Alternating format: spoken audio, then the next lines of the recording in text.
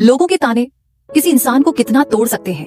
ये कहानी है सपना की, जो अपने घर से दूर एक छोटे से किराए के कमरे में रहती थी। सपने बड़े थे, लेकिन हालात उससे भी ज्यादा मुश्किल। हर दिन सोसाइटी के लोग ताने मारते, कुछ नहीं कर पाएगी, घर छोड़कर आई है, अब भुगत। ऐसी लड़कियों का यही हाल होता है। धीरे धीरे वो चुप हो गई, लेकिन अंदर सब कुछ टूट रहा था। रात को अकेले बैठकर वो खुद से पूछती, क्या सच में मैं कुछ नहीं कर सकती?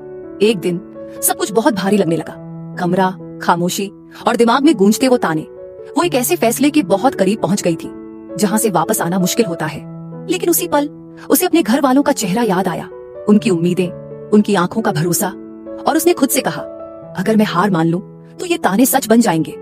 वहीं उसने फैसला बदल दिया, अब मैं खुद को साबित करके दिखाऊंगी। अगले दिन से उसने स्किल सीखना शुरू किया। उसे डिजाइन और क्रिएटिविटी पसंद थी, तो उसने डिजिटल डिजाइन और हैंडमेड प्रोडक्ट मेकिंग सीखना शुरू किया।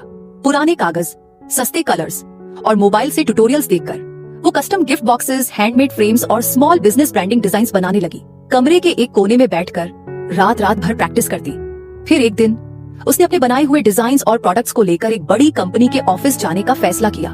उसने सोचा यहीं से मौका मिलेगा, लेकिन जैसे ही वो गेट पर पहुंची, सिक्योरिटी गार्ड ने उसे रोक दिया। अपॉइंटमेंट है, नहीं तो जाओ, यहाँ एंट्री नहीं मिलेगी। उसने समझाने की कोशिश की, लेकिन उसे बाहर कर दिया गया। वो चुपचाप गेट के बाहर बैठ गई, हाथ में उसके बनाए हुए प्रोडक्ट्स, आंखों में आंसू। वो सोच रही थी, शायद सच में लोग सही कहते हैं। तभी एक आदमी वहां से गुजरा। उसने देखा एक लड़की जमीन पर बैठी है, हाथ में कुछ डिजाइन्स और आंखों में टूटा हुआ सपना। वो उसके पास आया और पूछा, क्या हुआ? लड़की ने धीरे से सब बताया।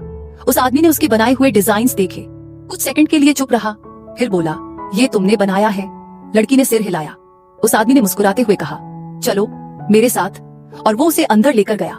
वो आदमी उस कंपनी में सीनियर पोजीशन पर था। उसने उसका काम अंदर दिखाया। कुछ ही देर में लोग उसके डिजाइन्स देखने लगे और पहली बार किसी ने उसके काम की तारीफ की। उसे छोटा सा प्रोजेक्ट मिला। वो रात रात भर जाग कर काम करती रही, लेकिन पहली एग्जीक्यूशन परफेक्ट नहीं थी। प्रोजेक्ट रिजेक्ट हो गया।